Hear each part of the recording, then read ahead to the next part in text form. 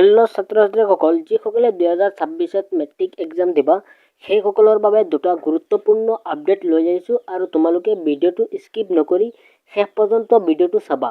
তো ছাত্ৰ-ছাত্ৰীসকল, যিসকলে 2026ত মেট্ৰিক এক্সাম দিবা তেওঁলোকৰ ৰুটিন কেতিয়া পাবা বা তেওঁলোকৰ এক্সাম কেতিয়া হ'ব, মই এইটো ভিডিঅ'ত সকলোখিনি জনাই দিম। তোমালোকে একেবাৰে শেষ পৰ্যন্ত ভিডিঅ'টো চাবা। তো ছাত্ৰ-ছাত্ৰীসকল, যিসকলে 2026ত মেট্ৰিক এক্সাম দিবা আৰু যদি তোমালোকে মেট্ৰিক এক্সামত ভাল ফলাফল কৰিব বিচাৰা তেনেহ'লে তোমালোকে এডুকেশ্যন আছাম চেনেলটো ছাবস্ক্ৰাইব কৰিবা আৰু মই তোমালোকক যিমানেই পাৰোঁ সিমানেই গাইডেন্স দি যাম। তোমালোকে এডুকেশ্যন আছাম চেনেলটো ছাবস্ক্ৰাইব কৰিবা আৰু তোমালোকে ভিডিঅ'টোত লাইক এটা কৰি দিবা। আৰু ছাত্ৰ-ছাত্ৰীসকল, তোমালোকে বহুতেই জানাই যে এইবাৰ 2026ত মেট্ৰিক এক্সামটো টান হ'বলৈ গৈ আছে আৰু তোমালোকে বহুতেই জানাই যে এইবাৰ নিউ পেটাৰ্ণ MCQ আৰু কনচেপ্ট বেছ কুৱেশ্যন আহিব। ছাত্ৰ-ছাত্ৰীসকল, তোমালোকৰ প্ৰথমটো আপডেট হৈছে মেট্ৰিক পৰীক্ষা কেতিয়াৰ পৰা আৰম্ভ হ'ব।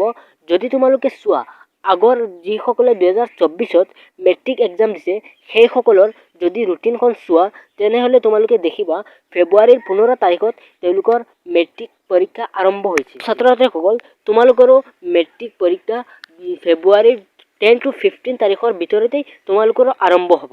ছাত্ৰ-ছাত্ৰীসকল, তোমালোকৰ 2 নম্বৰ আপডেটটো হৈছে তোমালোকৰ HSLC 2026ৰ ৰুটিনখন কেতিয়া দিব। তো ছাত্ৰ-ছাত্ৰীসকল, তোমালোকে যদি 2024খন চোৱা তেনেহ'লে তোমালোকে দেখিবা যে 2 নৱেম্বৰ 2024খন দিছে আৰু তোমালোকৰ 22-25ৰ ভিতৰতে তোমালোকে পাই যাবা তোমালোকৰ ৰুটিনখন।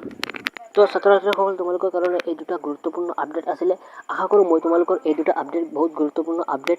তো ছাত্ৰ-ছাত্ৰীসকল, তোমালোকৰ যদি কিবা 2026ৰ মেট্ৰিক এক্সামৰ কাৰণে কিবা যদি ডাউট থাকে তেনেহ'লে তোমালোকে কমেণ্টছ কৰিবা আৰু মই তোমালোকৰ কমেণ্টছত ৰিপ্লাই দিবলৈ চেষ্টা কৰিম।